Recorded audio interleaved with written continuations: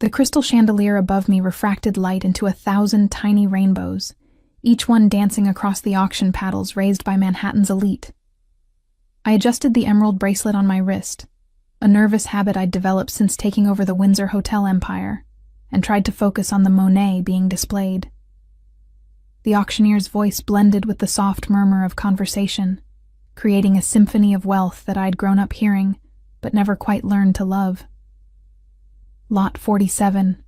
Ladies and gentlemen, a magnificent example of Monet's Water Lilies series, from his Giverny period. My fingers traced the rim of my champagne flute, untouched for the past hour. The bubbles had long since fizzled into expensive flatness. Around me, the cream of New York society clustered in their usual formations. Old money gravitating toward old money. New wealth desperately trying to penetrate those closed circles. And me, somewhere in between, carrying a legacy I'd never asked for but couldn't escape. The Guggenheim's private auction room smelled of aged wood and fresh orchids, mixed with traces of Tom Ford and Chanel that followed the crowd like invisible calling cards. I recognized most faces. Board members from various charities, rival hoteliers, society photographers who pretended their presence was about art rather than gossip. My publicist, Andrea, had insisted I attend. Visibility matters, Nora. The Windsor name needs to be seen supporting the arts. What Andrea didn't understand was that visibility felt like vulnerability lately. Ever since my father's sudden death 8 months ago, leaving me sole heir to a hotel empire spanning 3 continents, I'd felt eyes on me constantly. Calculating eyes, measuring eyes, eyes that saw dollar signs rather than a person. 27 million, someone called out, and I shifted in my Louboutin, the red soles hidden beneath the hem of my black Versace gown. The dress had been another of Andrea's selections. Classic, but commanding, she'd said. What it really was restrictive. The fitted bodice made it hard to take the deep breaths I needed when anxiety crept up my spine like it was doing now. I glanced at my phone. 10:47 p.m. Another 13 lots to go. The charity would benefit. The Windsor Foundation would make its usual donation regardless. But I longed for the quiet of my penthouse, where I could shed this persona of the composed heiress and just be Nora, who still felt like a fraud in boardrooms and preferred room service to 5-star restaurants. "Excuse me, Miss Windsor?" A waiter appeared at my elbow, silver tray balanced perfectly. "Compliments of Mr. Hayworth." I followed his gaze to Richard Hayworth, a property developer who'd been aggressively pursuing a partnership with Windsor Hotels. His smile was practiced, predatory. I shook my head politely. "Please thank Mr. Hayworth, but I'm fine." The waiter nodded and retreated. I'd become expert at these soft rejections, the delicate dance of maintaining business relationships while establishing boundaries. My father had made it look effortless. 8 months later, I still felt like I was performing a role I'd never auditioned for. The Monet sold for $32 million. As the handlers carefully removed it from the display easel, I noticed movement in my peripheral vision. 3 men in dark suits had entered through the service door, unusual for security, who typically remained stationed at designated posts. They moved with purpose, not scanning the room, but focused on something specific. On me. My heartbeat quickened. I cataloged exits automatically. Main entrance, service door they'd used, emergency exit behind the temporary stage. The crowd around me continued their conversations, oblivious. The men split up, one remaining by the service door, 2 moving along opposite walls. Classic positioning. I'd seen enough security details to recognize the pattern. But these men weren't protecting anyone. They were hunting. I stood slowly, smoothing my dress with hands that wanted to tremble. The key to not attracting attention was moving with purpose, as if you had somewhere specific to be. The ladies' room, a perfectly reasonable destination. I placed my clutch under my arm and began threading through the crowd. Nora, darling. Vivian Ashford, a family friend, caught my arm. I've been meaning to ask about the Windsor Milan. I'm so sorry, Vivian, I interrupted gently, noting one of the men had adjusted his trajectory to match mine. I'll find you in a moment? Her expression flickered with surprise at my rudeness. But I was already moving. The ladies' room was 20 feet away. 15. 10. A hand closed around my upper arm, firm enough to stop me without causing a scene. Miss Windsor. The voice was quiet, accented. Eastern European, maybe Russian. You will come with us quietly, please. I turned, meeting eyes that were flat and professional. Up close, I could see the bulge beneath his jacket. Armed. In the middle of a charity auction attended by judges, politicians, and business titans. I believe you're mistaken, I said, proud when my voice remained steady. His grip tightened fractionally. No mistake. You will come now, or we will make a scene that ends badly for others here. Your choice. The second man had positioned himself on my other side. Trapped. My mind raced through options, each one ending with potential collateral damage to innocent bystanders. These men were prepared to act in a room full of witnesses. That spoke to either desperation or supreme confidence. My security has been handled. He cut me off. You walk with us now. Smile. We are old friends escorting you to a meeting. The third man by the service door was watching, hand inside his jacket. How many more were there? Who had sent them? The questions would have to wait. Right now, I needed to protect the people around me who had no idea danger stood in their midst wearing expensive suits and counterfeit smiles. I forced my lips into something resembling calm. Where? Outside. Car is waiting. He began guiding me toward the service door, his partner flanking my other side. To observers, we might have looked like business associates. The grip on my arm told a different story. My heels clicked against the marble floor, each step taking me further from the relative safety of the crowd. The service hallway was dimmer, lined with catering supplies and coat racks. The third man fell into step behind us, boxing me in completely.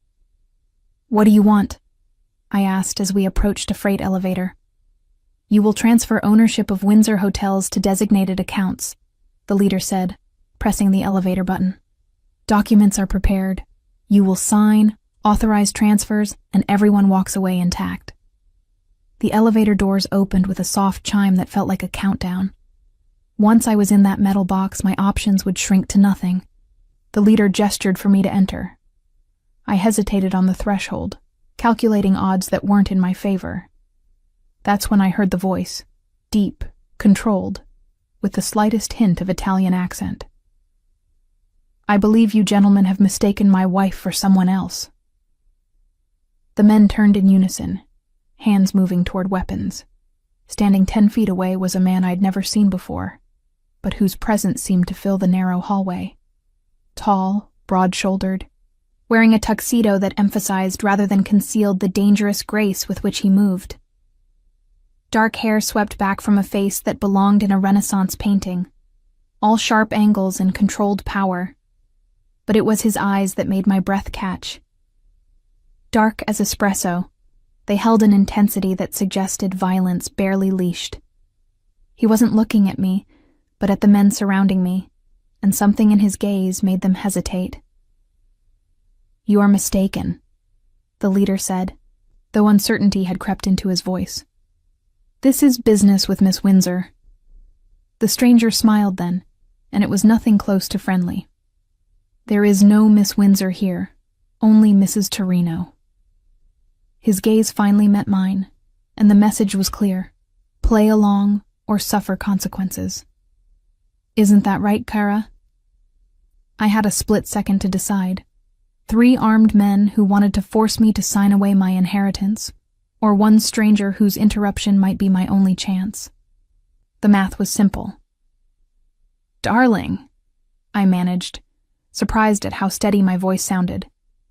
I was just explaining to these gentlemen that they have the wrong person. He closed the distance between us with fluid steps that made the 3 men tense, but instead of violence, He reached for me, one hand sliding around my waist to pull me against him, while the other cupped my face with surprising gentleness. "Always getting into trouble when I leave you alone," he murmured, loud enough for them to hear. Then, before I could process his intention, his mouth was on mine. The kiss wasn't gentle. It was possession and performance combined, designed to sell a fiction that might save my life. His hand at my waist pulled me closer, while his lips moved against mine with practiced skill that made thinking impossible. I tasted whiskey and mint, felt the controlled strength in the arm around me, and for a moment forgot this was pretense. When he pulled back, my lipstick was smudged on his mouth, intimate evidence that made our charade more believable. His thumb brushed my cheek as he studied me with those dark eyes, playing the part of an attentive husband perfectly. "Torino," the leader said, and the name carried weight that made his partners shift nervously. "We didn't know she was yours."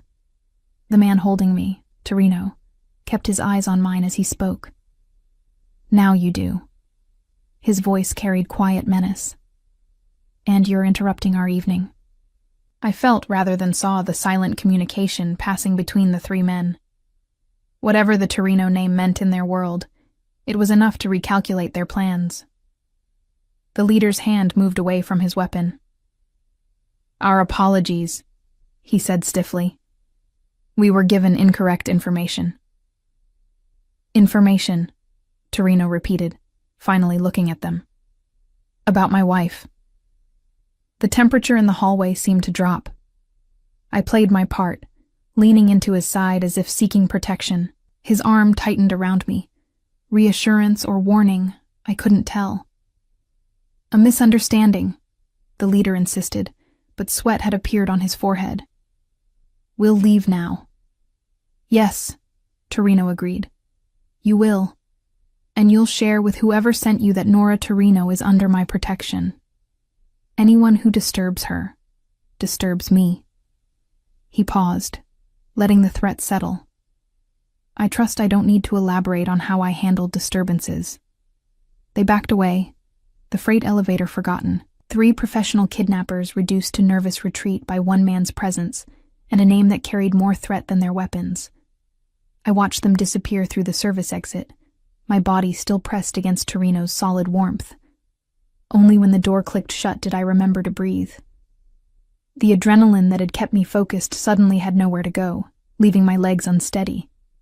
If Torino hadn't been holding me, I might have stumbled. "Steady," he murmured, guiding me to lean against the wall. "They're gone." "Who are you?" My voice came out shakier than I'd like.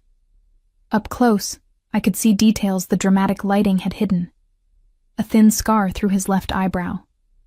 The way his jaw tensed as he scanned the hallway.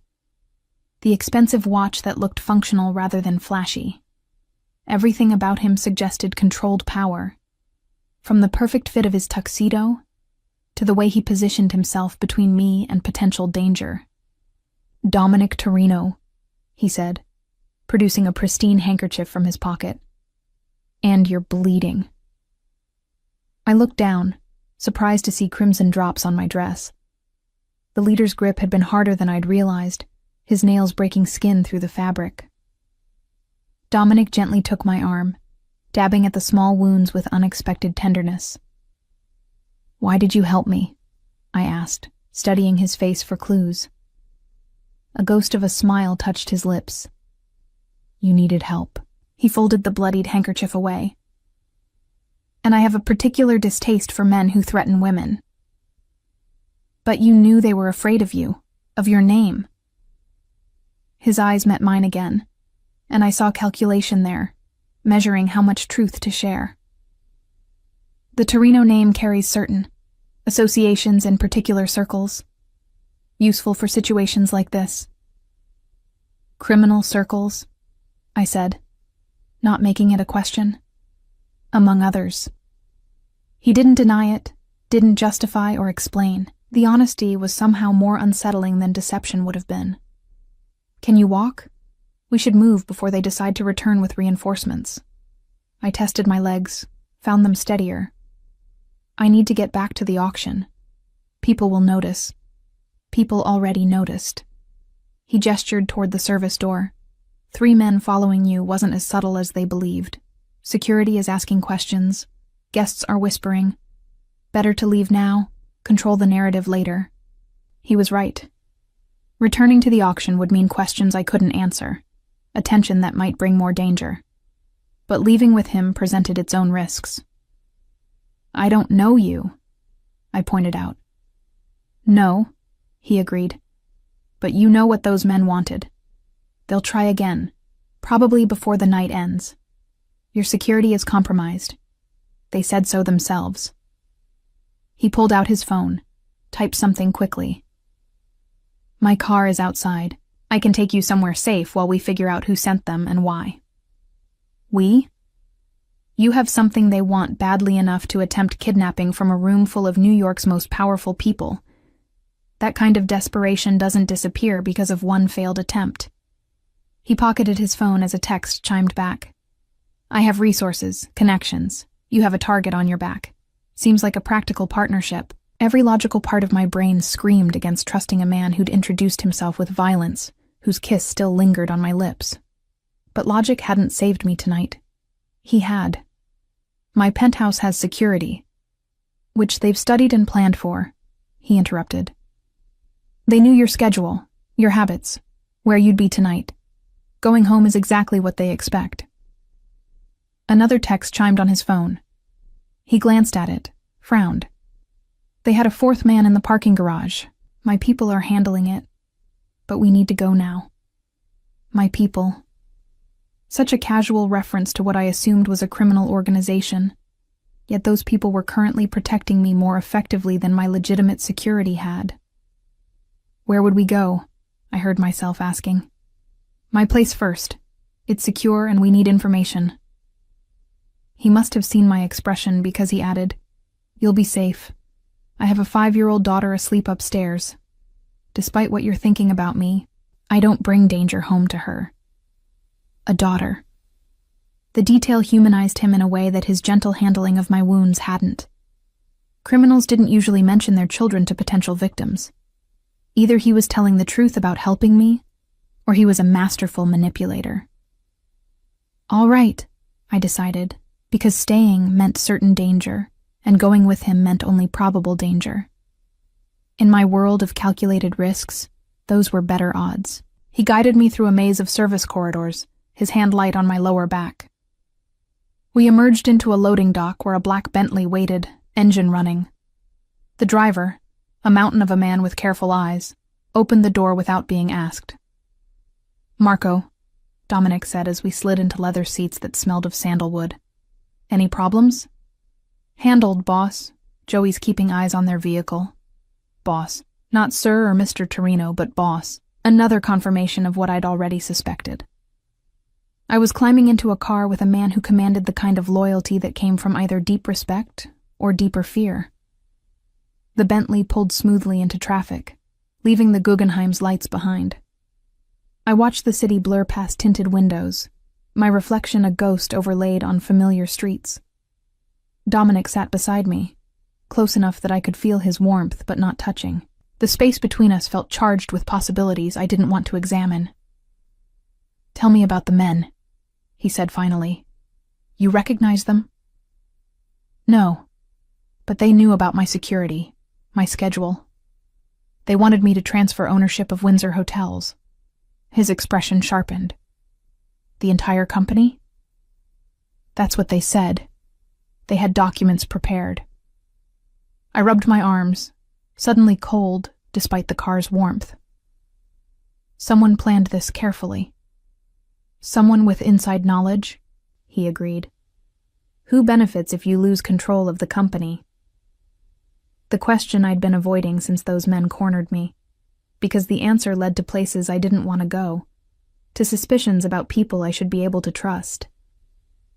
My Uncle Charles would be next in line, I admitted quietly. But he's family. He helped raise me after my mother died. Dominic made a non-committal sound. Family can be the most dangerous enemy. They know your weaknesses, your patterns. They have access others don't. The Bentley turned into an underground garage I didn't recognize. Security cameras tracked our progress, and I counted at least 3 men in strategic positions before we reached Dominic's private section. Whatever else he was, paranoid wasn't an unfair assessment. "Relax," he said, noting my tension. "These precautions have kept my daughter and me safe for years. They'll keep you safe tonight." The private elevator rose silently through the building's core, requiring both a key code and biometric scan to operate. Dominic stood with the easy stillness of a man comfortable in his own space, while I fought the urge to fidget with my clutch. Each floor we passed felt like another step away from my normal world, deeper into his. "Penthouse," he said as the doors opened. "Welcome to my home." I stepped into a space that defied expectations. Where I'd imagined ostentatious displays of wealth, the typical gangster cliché, I found understated elegance, warm hardwood floors, exposed brick walls, modern furniture that prioritized comfort over statement. But it was the details that caught me. Children's drawings held by magnets on stainless steel appliances, a pink backpack forgotten by the entry table, tiny shoes lined up beside expensive men's loafers. "Lily's asleep," he said quietly, noting my focus on the domestic evidence. "Mrs. Chen, her nanny, has the night off, but Roberto's keeping an eye on things." As if summoned, a distinguished older man appeared from what I assumed was the kitchen. His assessing gaze took in my disheveled appearance and the blood spots on my dress without visible reaction. "Sir," he said to Dominic. Miss Lily woke briefly but settled back. "I've prepared the guest suite as requested." "Thank you, Roberto. This is Ms. Windsor. She'll be staying tonight while we handle a security matter." "Of course." Roberto inclined his head to me. "Shall I prepare something to eat? Perhaps some tea?" Food was the last thing on my mind, but Dominic answered for me. "Tea would be good. Something calming." He turned to me. "You're in shock, whether you feel it or not. Your body needs warmth and sugar." I wanted to argue that I didn't need him making decisions for me, but the tremor in my hand suggested he might be right. Roberto disappeared back toward the kitchen, leaving us alone in the living space. "Sit," Dominic said, guiding me to a leather sofa that probably cost more than most people's cars. "I need to make some calls, find out what my people have learned." He shrugged out of his tuxedo jacket, revealing a crisp white shirt that did nothing to civilize the dangerous lines of his body. The shoulder holster he wore should have frightened me. Instead, it felt like confirmation. At least he wasn't hiding what he was. I watched him pace near the windows, phone to his ear, speaking rapid Italian too quiet for me to decipher. The city sparkled beyond the glass, a glittering reminder of the normal world that felt very far away. My own phone buzzed with missed calls. Andrea, my head of security, various board members who'd attended the auction. Soon I'd have to craft explanations, spin stories. But not yet. Roberto returned with a tea service that belonged in a 5-star hotel. Delicate china, fresh lavender honey, butter cookies that looked homemade. He set it on the coffee table with practiced efficiency, and withdrew. "Information is coming," Dominic said, ending his call. He sat across from me, maintaining careful distance. 3 men were hired through intermediaries, paid in cryptocurrency, professional but not elite, which is why they backed down from the Torino name. And the 4th man? Being questioned. Something in how he said it made me not ask for details. "He'll provide more specific information about who hired them." I poured tea with hands that only trembled slightly, the familiar ritual grounding. "Why are you helping me? Really?" He leaned back, considering. "Would you believe simple human decency? From a man whose name terrifies professional criminals." A smile ghosted across his features. "Fair point." He was quiet for a moment, then, "I've built my life on certain principles, They might not be principles you'd approve of, but they're mine. Men threatening women violates those principles. Men threatening women at events I attend with my daughter nearby. That requires response. Your daughter was there? In theory, with her art teacher. They left before the excitement started, thankfully. His expression softened. She's 5. Obsessed with Monet lately because her teacher showed them the water lilies. I promised to show her the painting before someone bought it. The image was incongruous. This dangerous man indulging a child's interest in impressionist art. Yet the tenderness in his voice when he spoke of her was unmistakable. Tell me about her, I found myself saying. His whole demeanor shifted, pride evident. Lily's exceptional. Too smart for her own good, questions everything. Her mother died when she was 2, car accident, so it's been just us and whatever help I trust enough to bring into our lives. He paused. She'd like you. You have kind eyes. Kind eyes? That's how she categorizes people. Kind eyes or mean eyes. Very binary worldview at 5. I sipped my tea, processing this glimpse behind his controlled facade. A single father raising a daughter while running what I assumed was a criminal empire. The contradictions should have been jarring. Instead, they made him more real, more dangerous in ways that had nothing to do with violence. My phone rang, shattering the strange intimacy of the moment. Andrea's name flashed on screen. I should take this, I said. He nodded. Keep it vague. Your location. What happened? Trust no one until we know more. The warning reminded me of my reality. I answered, crafting careful half-truths. Yes, I'd left suddenly. No, I wasn't hurt. Security issue being handled. I'd be in touch tomorrow. Andrea's questions grew more pointed, but I pleaded exhaustion and ended the call. She'll have questions, I said unnecessarily. Everyone will. The question is who's asking out of concern and who's fishing for information. He rose, moved to a wall I'd thought was decorative paneling. It opened at his touch, revealing a sophisticated security setup. Multiple screens showed feeds from around the building, the garage, even the street outside.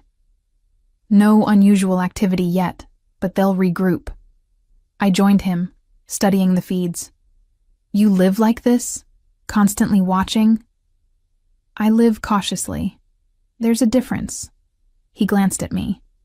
You're going to have to learn the distinction if you want to survive what's coming. You think this is just the beginning.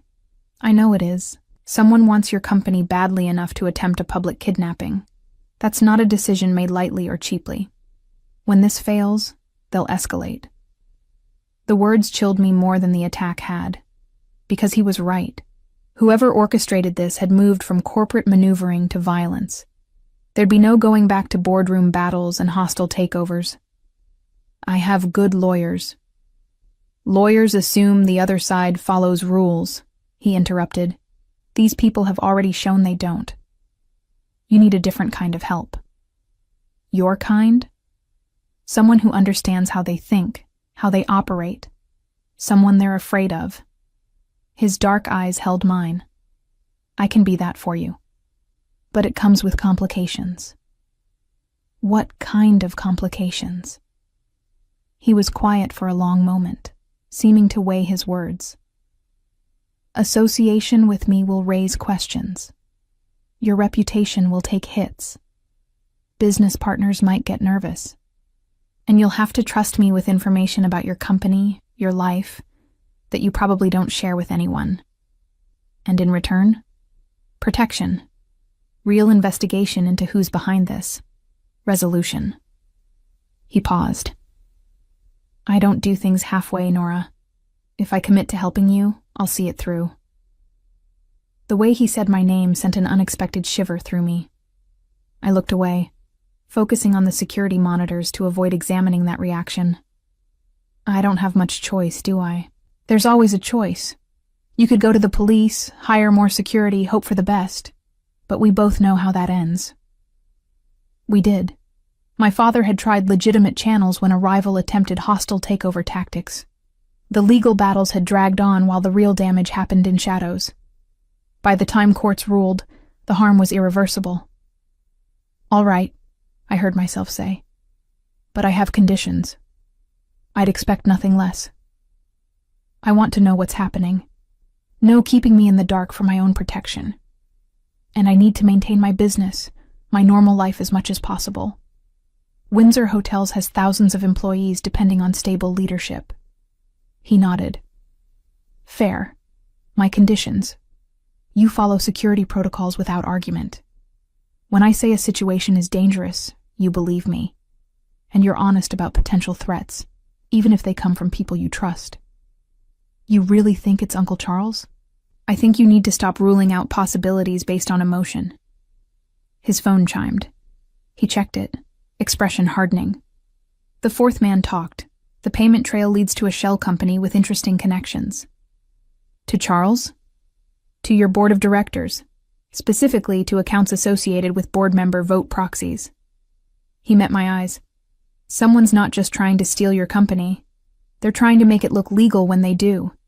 The revelation hit like cold water.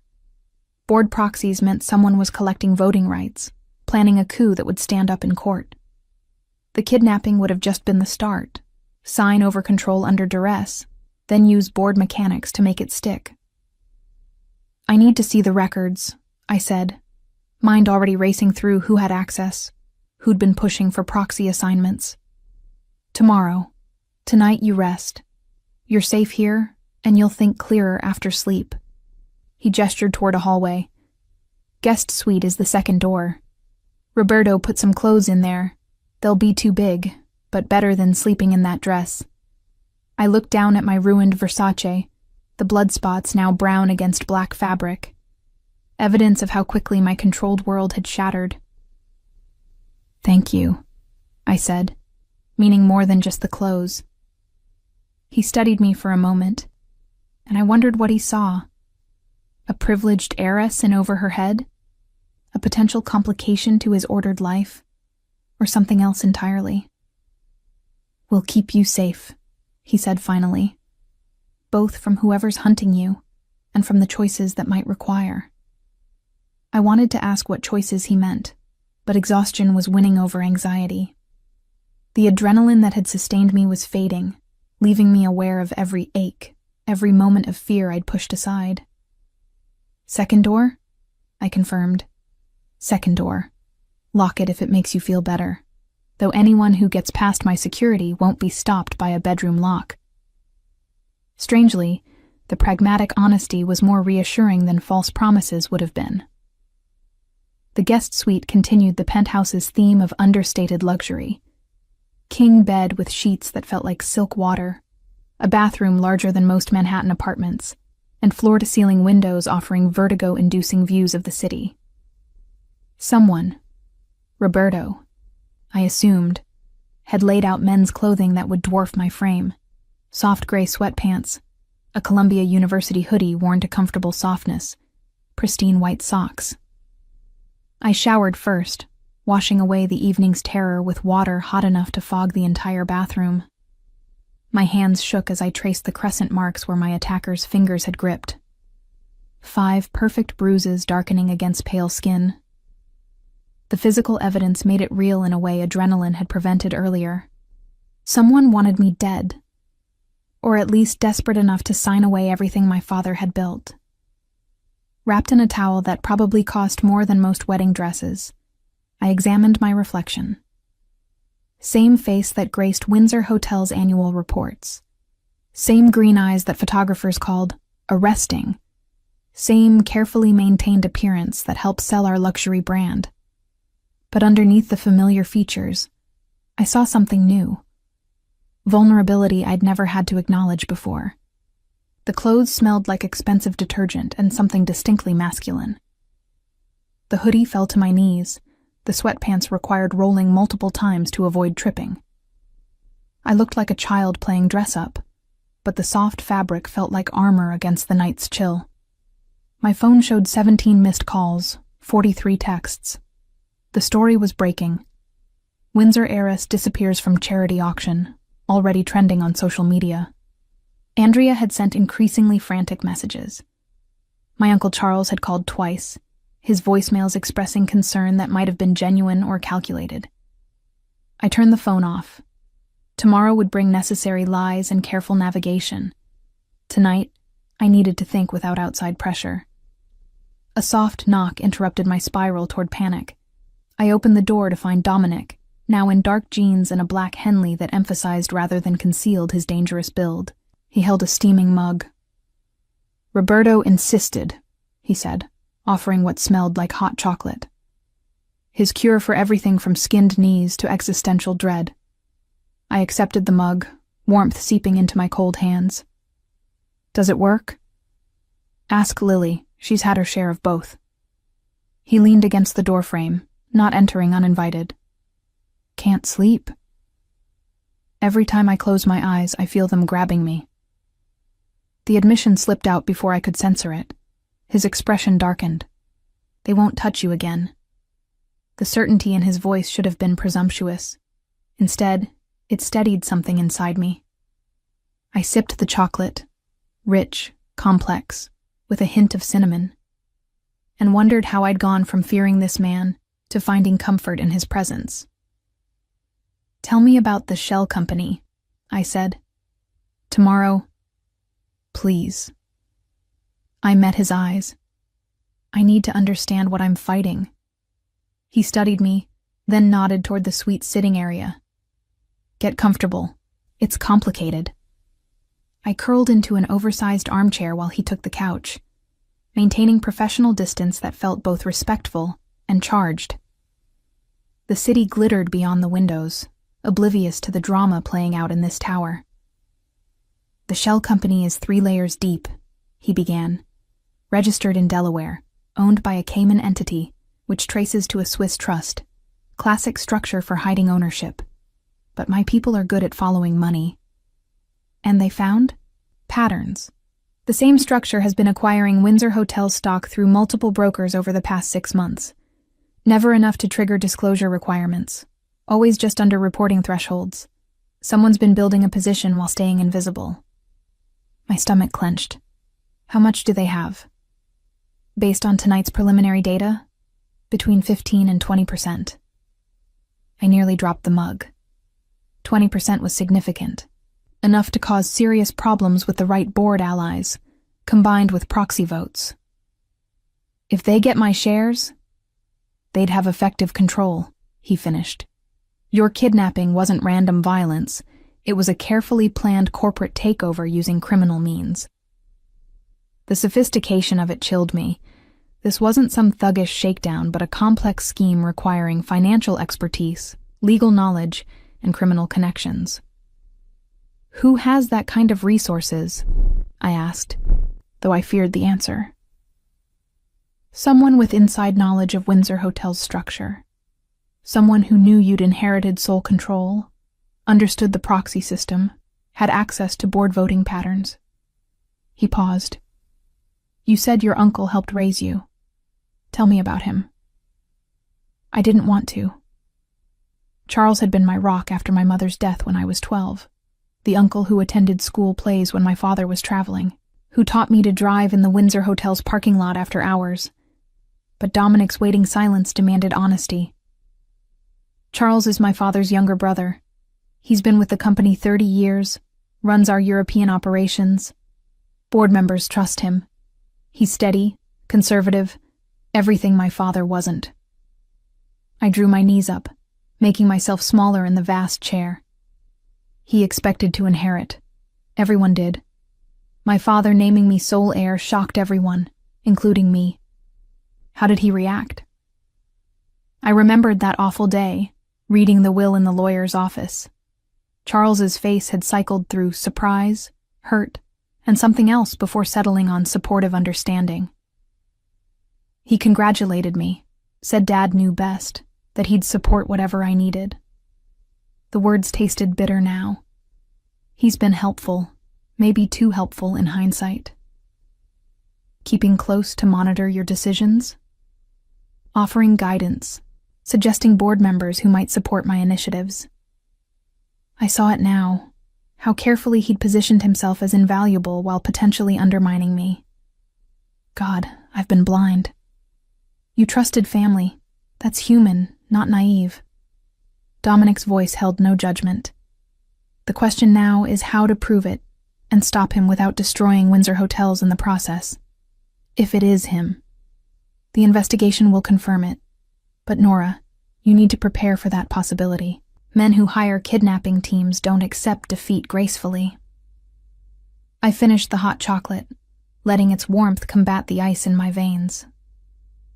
Everything I'd built my life around, family legacy, corporate responsibility, the belief that blood meant loyalty, was crumbling. What would you do? I asked. In my position? He was quiet long enough that I looked up to find him watching me with an expression I couldn't read. I'd stop thinking like a CEO and start thinking like a survivor, he said finally. Your uncle, if it's him, isn't playing by boardroom rules anymore. Neither can you. I don't know how to think like that. You'll learn. He stood, the movement fluid despite his size. Get some rest. Tomorrow we start teaching your enemies why targeting you was their worst mistake. Dominic? I called as he reached the door. He turned back. What you did tonight, pretending I was your wife. That was quick thinking. Something shifted in his expression. I've found the best lies contain truth. You wear my name well, Nora. He left before I could process that, closing the door with a soft click that echoed in the sudden silence. I sat there, empty mug cooling in my hands, replaying the evening's impossibilities. This morning, I'd been Nora Windsor, untouchable heiress. Tonight I was hiding in a mob boss's guest room, wearing his clothes, protected by his name. The terrifying part wasn't the danger I'd escaped. It was how safe I felt here, in his space, under his protection. Some primitive part of my brain had already accepted what my logical mind resisted, that Dominic Torino was now standing between me and those who wished me harm. I finally crawled into the enormous bed, city lights painting patterns on the ceiling. Somewhere in this penthouse, a 5-year-old girl slept peacefully, unaware that her father had saved a stranger's life tonight. Somewhere in the city, men were regrouping, planning their next move against me. And somewhere in the space between sleep and waking, I could still taste whiskey and mint, could still feel strong arms pulling me against safety disguised as danger. Tomorrow would bring new battles. But tonight, I was safe in the tower of a man whose protection came with a price I wasn't sure I could afford, and wasn't sure I wanted to refuse. I woke to sunlight streaming through windows I'd forgotten to curtain, and the sound of a child's laughter echoing through the penthouse. For a moment, disorientation held me suspended between worlds. Was I in my own bedroom overlooking Central Park, or... Reality crashed back. Dominic's guest room, the attack, the kiss that had saved me. My phone showed 7:23 a.m., and dozens of new notifications I didn't have the courage to face yet. Instead, I followed the sound of that infectious giggle, padding barefoot through the penthouse in my borrowed clothes. I found them in the kitchen, Dominic at the stove, spatula in hand, while a tiny dynamo with dark pigtails sat at the breakfast bar, swinging her legs and chattering nonstop. She wore unicorn pajamas and had what appeared to be maple syrup already decorating her chin. And then Mrs.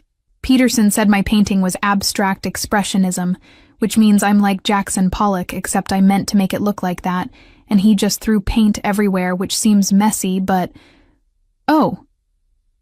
She'd spotted me, huge brown eyes widening. Daddy, there's a lady! Dominic turned, and I felt that unwelcome flutter again at seeing him domestic, barefoot, gray t-shirt, making what smelled like cinnamon French toast.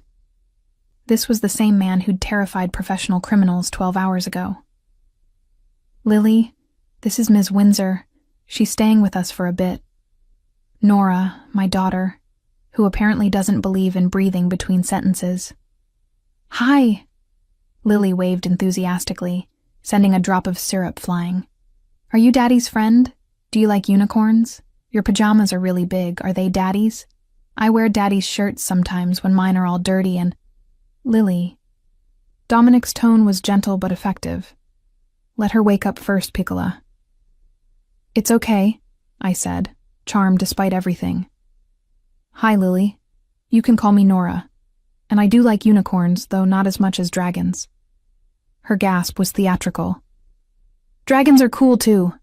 They breathe fire and have treasure and—" "Daddy, can Nora have breakfast with us? Please?"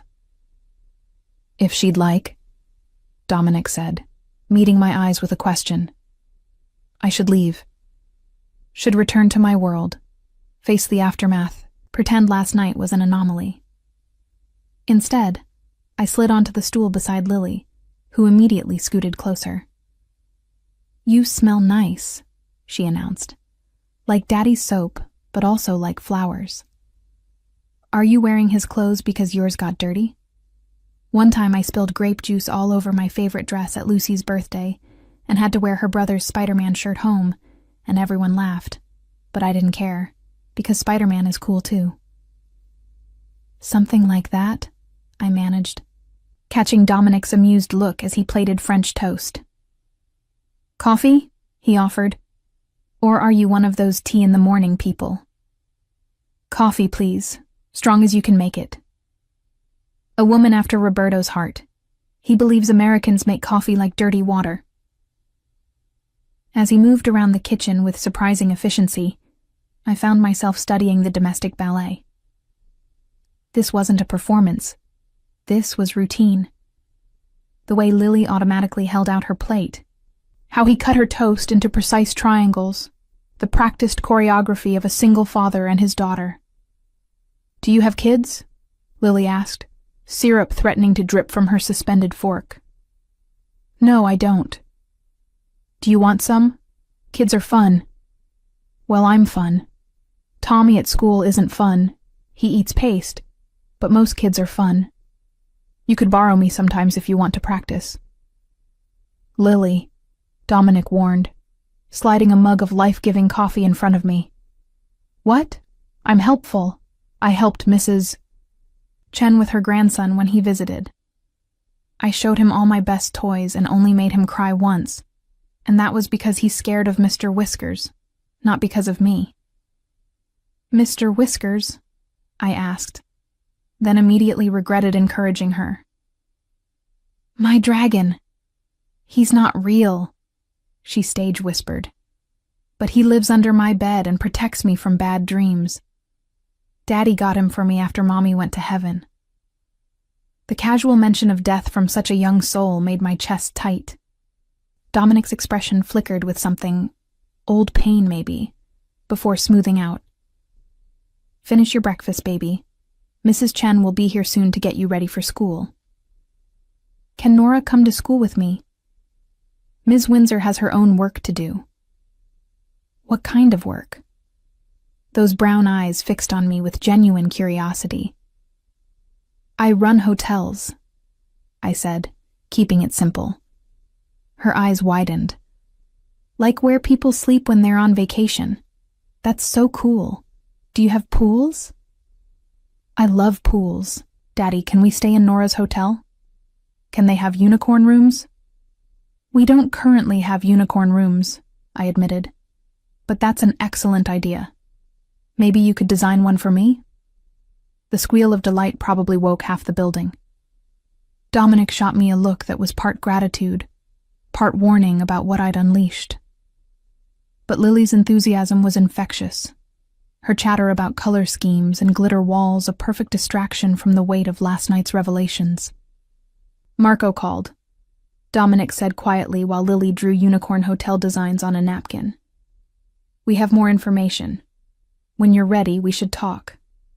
The real world intruding on this pocket of unexpected normalcy. But I nodded, downing the rest of my coffee like liquid courage.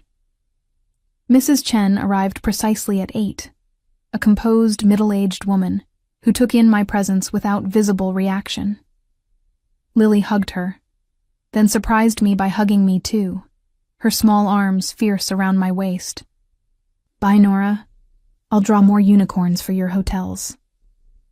Then she was gone in a whirlwind of backpack gathering and shoe finding, leaving Dominic and me alone in the suddenly quiet kitchen. "She's wonderful," I said, meaning it. "She's my everything. No pretense, no masculine hedging, just simple truth. I'd burn the world to keep her safe." "I understand." He studied me. "I think you might. Shall we talk in my office?" The office was exactly what I'd expect from him. Functional elegance, leather and dark wood, a wall of books that looked red rather than decorative. He gestured me to a chair across from his desk, though he remained standing, tension in his shoulders. "The fourth man gave us names," he began without preamble. "The immediate team was hired through usual channels, but the money trail gets interesting higher up. Charles? Your uncle's been careful. Nothing directly links to him. But..." He pulled out a tablet, showed me financial records that made my stomach drop. 3 board members have received significant payments from the same shell company structure over the past year. Richard Hayworth, Diana Morrison, and Peter Lau. I knew them all. Had sat across conference tables from them, trusted their guidance. Richard had been particularly vocal about supporting my leadership publicly. "They're building a coalition," I said, seeing it clearly now. "Accumulating shares and proxy votes while keeping me distracted with small battles. 23% confirmed so far. If they get your 31%, game over." I stood, needing to move. They'd have majority control, could vote me out, restructure everything. Completely legal if I'd signed under duress. Except for the kidnapping part, which they'd claim to know nothing about. Plausible deniability while I disappear, or have an accident or simply lose credibility. The full scope of it was staggering. They've been planning this since Dad died, maybe before. Dominic moved closer, not touching but present. "What do you want to do?" "Fight back, but I don't know how. The board meets in 10 days. They'll probably try to force a vote then. I can't prove anything yet, and accusations without evidence will make me look paranoid, unstable. You need leverage. I need a miracle." "No," he corrected, his voice carrying that dangerous edge I'd heard last night. "You need someone who plays by different rules. Your uncle made a mistake bringing violence into this. That opened doors he won't like." "What kind of doors?" His smile was sharp. "The kind where I have conversations with people about their poor life choices. Where information gets shared that wasn't meant to be. Where pressure gets applied in ways corporate lawyers can't counter." "You're talking about..." "I'm talking about protecting you. The methods are my concern. I should have been appalled. Should have insisted on legal channels only. Instead, I felt relief. Because he was right. My uncle had changed the game's rules. I couldn't win playing defense with Robert's rules of order. "What do you need from me?" I asked. Something shifted in his expression. Respect, maybe. "Access to board communications, financial records, and you'll need to maintain appearances. Go to work. Act normal. Don't let them know you're aware of their plan." "While you what?" "Convince them that targeting you was the worst decision of their lives." The promise in his voice sent shivers through me. This was who he really was. Not the gentle father making French toast, but the man whose name alone could send armed criminals running. My phone rang. Andrea again. This time I answered. "Nora, thank God. Where are you? Are you safe? The police are here. The board is in emergency session." "I'm fine," I cut through her panic. "There was a security threat last night. I'm dealing with it.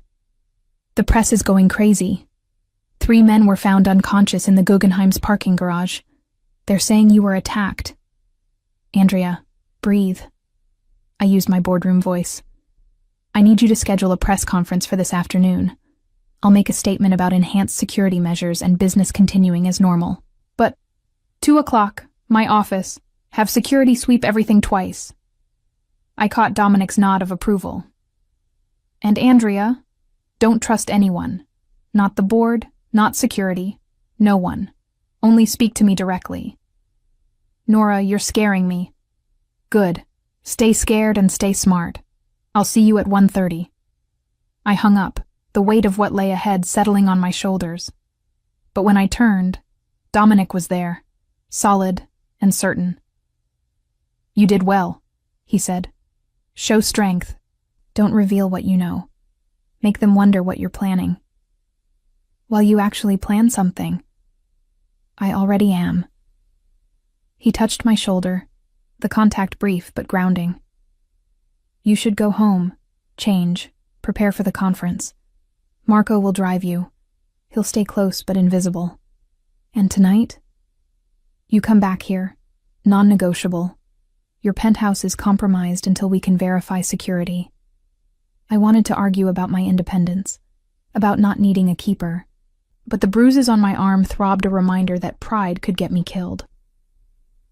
All right, I agreed, but I need clothes. I can't keep borrowing yours. Roberto already arranged for your things to be collected and brought here, along with additional security measures at your office. At my surprise, he shrugged. I told you, I don't do things halfway. The press conference was a carefully orchestrated performance. I stood behind the podium in my armor, a crimson Valentino suit that projected power, my grandmother's pearl necklace for gravitas, makeup covering the bruises on my arm. 47 reporters packed into Windsor Hotel's conference room, cameras capturing every micro-expression as I delivered measured lies. Last night's incident was an isolated attempt by individuals who have been apprehended. Windsor Hotel's security protocols functioned as designed, and I was never in danger. The words tasted like ash. We are cooperating fully with authorities and have implemented additional measures to ensure the safety of all Windsor properties and personnel. Questions erupted. I fielded them with practiced calm, deflecting speculation while maintaining the fiction that this was a simple security matter. In the third row, I spotted Richard Hayworth, one of my compromised board members. His expression showed concern that might have been genuine if I hadn't known about the payments he'd received. Ms. Windsor, a reporter called out. Sources suggest you left the gala with an unknown man. Can you comment on... I was escorted to safety by security personnel. I interrupted smoothly. Next question. But I could see the speculation beginning, the whispers about who had protected me. Dominic's name hadn't surfaced yet, but it would. He'd warned me that association with him carried consequences. I was beginning to understand what those might be. The conference ended with my assurances that Windsor Hotels remained stable, profitable, and under my complete control. A performance for the very people trying to destroy me, delivered with a smile that made my face ache. Andrea waited in my office, her usual efficiency cracked with worry. That was perfect, but Nora, what really happened? Those men are being handled by proper authorities, I said, moving to my desk where everything appeared normal, but felt like a stage set. Has Charles called? 3 times. He's very concerned, wants to meet privately to discuss enhanced security measures. Of course he did. Schedule it for tomorrow. Here, with full security present. He suggested his club. Here, I repeated firmly. And, Andrea, I need all board communications from the last 6 months. Financial disclosures, proxy assignments, voting records, everything. Her eyes widened. That's extensive. May I ask why? I met her gaze. This woman who'd been my right hand for 3 years. Could I trust her? Or was she another piece in my uncle's game? Due diligence, I said finally. After last night, I'm reviewing everything. She nodded slowly. I'll have it compiled by end of day. The rest of the afternoon was a blur of meetings, phone calls, and maintaining normalcy while my world tilted off its axis. Each interaction required calculation. Who knew what? Who might be compromised? Who was genuinely concerned versus fishing for information? At 5:30, Marco appeared in my doorway. I'd never heard him arrive, despite my assistant sitting just outside. "Time to go, Ms. Windsor," he said quietly. I gathered my things, noting how Andrea's eyes tracked Marco with professional interest. He looked like expensive security, nothing more, but something in how he moved, how he positioned himself, suggested greater capabilities. The ride back to Dominic's was silent. I spent it reading Andrea's preliminary reports on my phone, each page revealing new connections, suspicious timing, patterns I'd been too trusting to see. "Bastards," I muttered, finding a proxy assignment that gave Richard Hayworth voting rights for several institutional investors, all dated within weeks of my father's death. "Problem?" Marco asked from the front. "Just discovering how many friends are actually enemies." In my experience, that's most of them. Comforting, but probably accurate in my current situation. The penthouse felt different in evening light, warmer somehow, amber sun painting the brick walls golden. I heard Lily before I saw her, her voice carrying from somewhere deeper in the space. And then Emma said her unicorn could fly, but I said that's not special because all unicorns can fly. That's like saying your fish can swim. I followed the sound to a playroom that looked like FAO Schwartz had exploded. Toys, books, and art supplies covered every surface in organized chaos.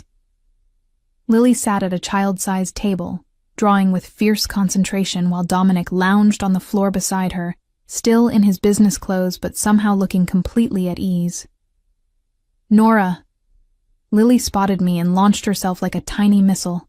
"You're back. Look, I drew your hotel." The paper she thrust at me showed a building that defied architectural physics, covered in rainbows and what appeared to be a dragon landing pad on the roof. "It's perfect," I said, meaning it. "We should definitely build this."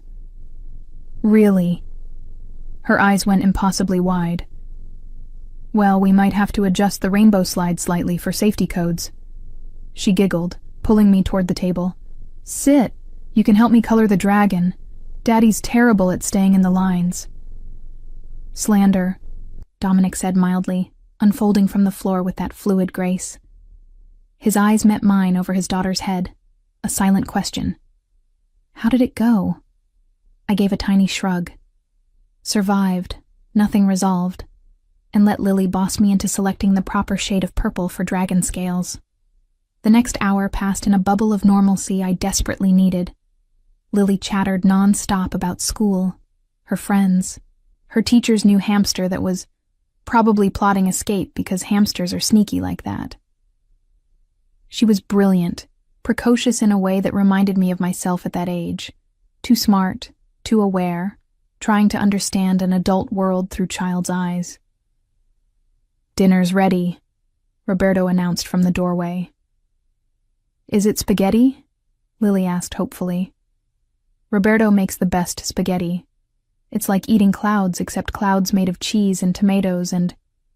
"Yes, Piccola, it's spaghetti," Roberto confirmed with fond exasperation. Dinner was surreal.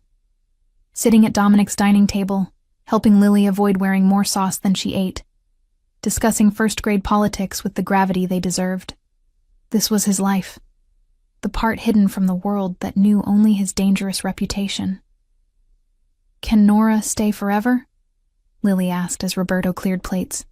"She's nice and she smells good and she knows about dragons and hotels."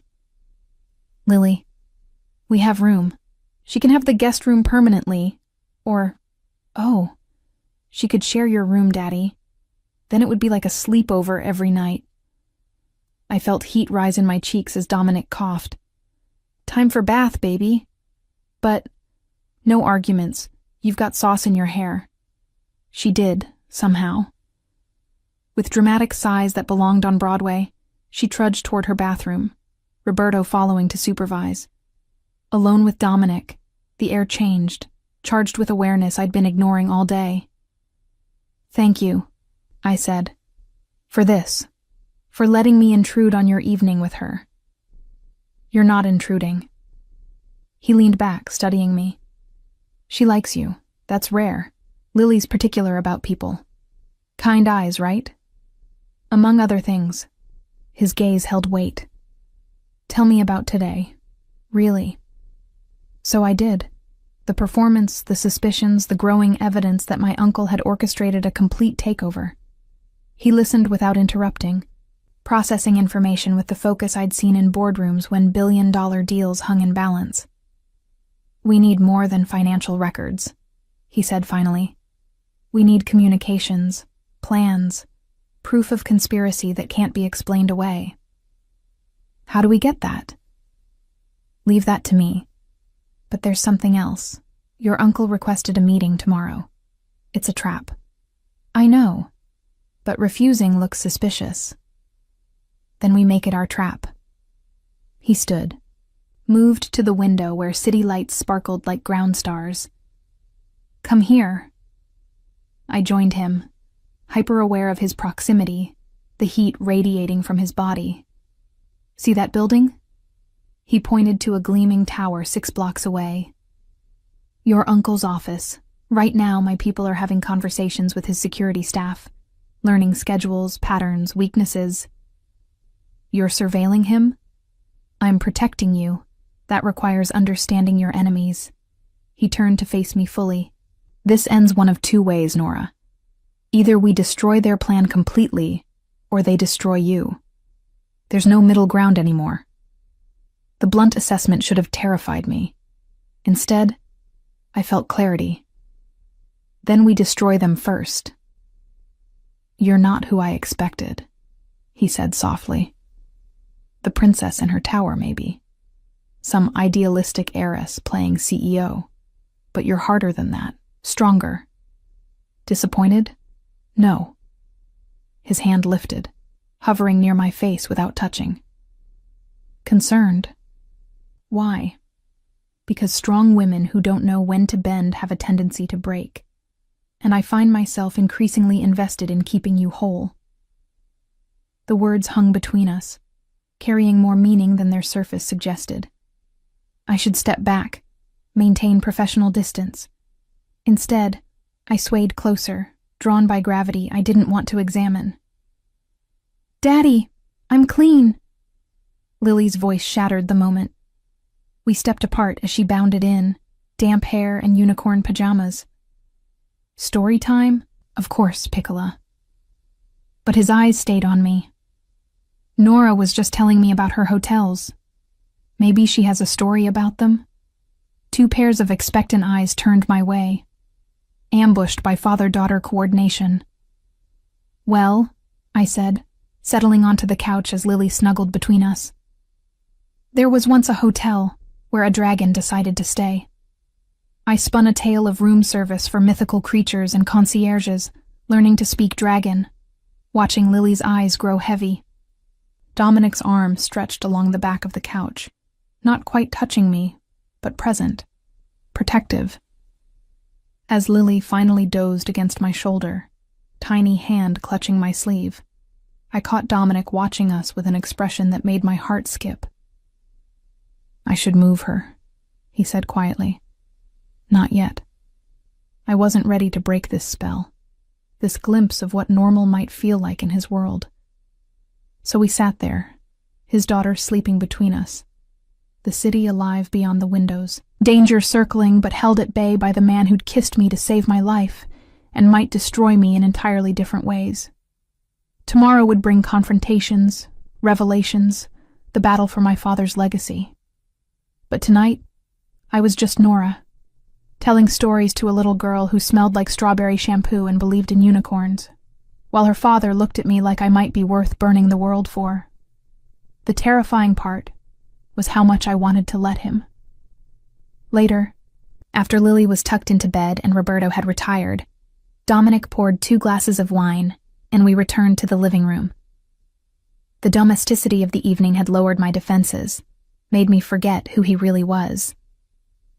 "Your uncle will come at you sideways tomorrow," he said, shattering the illusion of normalcy. "He'll play concerned family, suggest you're overwhelmed, that you need help, maybe even propose a conservatorship for your own protection." I nearly choked on my wine. He wouldn't dare. "He hired men to kidnap you. There's nothing he wouldn't dare." He set down his glass, moved closer. "When you meet him, I need you to wear this." He produced a slim silver bracelet, elegant and understated. "It's beautiful, but it's also a recording device. Everything said will be captured, uploaded to secure servers." He took my hand, fastened the bracelet with gentle efficiency. Evidence in case he incriminates himself. And if he doesn't, then we escalate. His fingers lingered on my wrist. "I've been patient, played by certain rules because of Lily, because of the life I've tried to build for her. But they threatened you under my protection. That has consequences." "What kind of consequences?" His smile was sharp as winter. The kind that remind people why the Torino name carries weight in certain circles. I should have been appalled, should have insisted on legal channels, proper procedures. Instead, I thought of Lily asking if I could stay forever, of the trap closing around me, of my father's legacy being stolen by the man who'd helped raise me. "Do it," I heard myself say. "Whatever you need to do. End this." He studied me for a long moment, then lifted my hand and pressed his lips to my palm. The gesture was courtly, old-fashioned, and sent heat racing through my veins. "You should rest," he said. "Tomorrow's war begins." I stood on unsteady legs, hyper-aware of his eyes tracking my movement. At the hallway to the guest room, I paused. "Dominic? That kiss last night? Was any of it real?" His expression shifted, walls dropping for just a moment. "All of it. That's what made it convincing." I fled before I could process that admission, before I could make choices I wasn't ready for. But sleep brought no peace. Only dreams of dark eyes and strong hands, of a little girl's laughter and a future I couldn't quite see but desperately wanted to reach. Tomorrow would bring battles and betrayals, but tonight I was safe in the tower of a man who kissed like possession and protected like promise. Tonight, I was home in a place I'd never expected to find it, and that terrified me more than any physical threat ever could.